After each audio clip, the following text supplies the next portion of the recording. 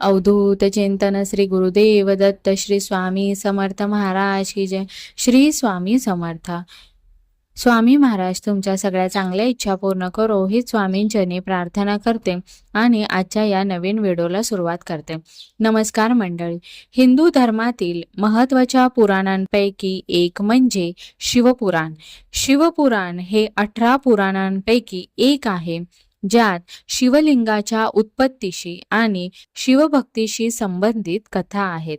शिवपुराणात महादेव म्हणजेच भगवान शिवांचा महिमा वर्णन केला आहे।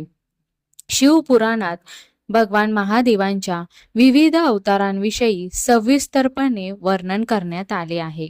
शिवपुराणात व्यक्तीच्या जन्मापासून ते मृत्यूपर्यंतच्या प्रवासाचा देखील उल्लेख आहे। अनेक प्राचीन ग्रंथांमध्ये भगवान महादेवांचा महिमा दिसून येतो, परंतु शिवपुराणात महादेवांचे वर्णन, जीवन सखोलपणे मांडण्यात आले आहे। शिवपुराणात महादेवांचे जीवन, विवाह, मुले, जीवनशैली तसेच व्यक्तीच्या जीवन ते मृत्यूबद्दलचे अगदी सविस्तरपणे वर्णन केले आहे। शिवपुराणात एकूण 6 विभाग आणि 24,000 श्लोक आहेत। शिवपुराणात शिवाच्या कल्याणकारी स्वरूपाचे तत्वात्मक विवेचन, रहस्य, महिमा आणि उपासना यांचे सविस्तर वर्णन आहे। शिवपुराणात पंचदेवांमध्ये शिव हे अनादि सिद्ध परमेश्वर म्हणून स्वीकारले गेले आहेत। शिव महिमा, लीला, कथा या व्यतिरिक्त त्यात उपासना पद्धती, अनेक जाणकार कथा आणि शिक्षण देणाऱ्या कथांचा सुंदर मिलाप आहे।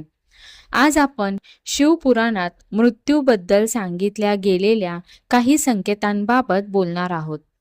माता पार्वतीला खुद्द भगवान शिव यांनी मनुष्याला मृत्यूपूर्वी असे कोणते संकेत मिळतात याबाबत माहिती दिली आहे। चला तर मग मंडळी, जाणून घेऊया की शिवपुराणानुसार मनुष्याला मृत्यूची पूर्वसूचना कशी मिळते, कोणते आहेत ते संकेत।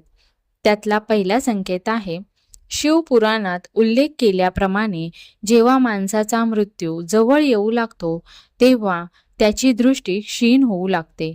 एक वेळ अशी येते की त्याला काहीच दिसत नाही, आसपास अंधाराचं वातावरण जाणवत असेल आणि सूर्याचा किरणही त्या व्यक्तीला दिसत नसेल, तेव्हा समजावं की त्या व्यक्तीचा अंत जवळ आला आहे। दुसरा संकेत आहे, जर एखाद्या व्यक्तीचा डावा हात आठवडाभर सतत फडफडत असेल तर ते देखील खूप वाईट मानले जाते। हे मृत्यूचे लक्षण मानले जाते। शिवपुराणानुसार जर एखाद्या व्यक्तीला पाणी, तेल आणि आरशा यामध्ये आपले प्रतिबिंब दिसणे थांबले तर ते मृत्यूचे लक्षण मानले जाते। तिसरा संकेत आहे, जर एखाद्या व्यक्तीच्या डोक्यावर अचानक कावळा बसला तर ते देखील मृत्यू जवळ येण्याचे लक्षण मानले जाते।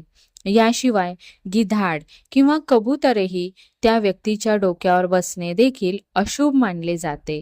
हे असे सूचित करते की लवकरच तुमच्यासोबत काहीतरी अप्रिय घटना घडणार आहे। चौथा संकेत आहे, शिवपुराणानुसार जर एखाद्या व्यक्तीचे शरीर पांढरे किंवा पिवळे झाले आणि शरीरावर वेगवेगळ्या ठिकाणी लाल पुरळ यांसारख्या खुणा दिसू लागल्या तर अशा व्यक्तीचा अंत जवळ असल्याचा मानला जातो। ही माहिती आवडली असल्यास व्हिडिओला लाईक आणि शेअर करा आणि आपल्या चॅनेलला सबस्क्राईब करा। धन्यवाद।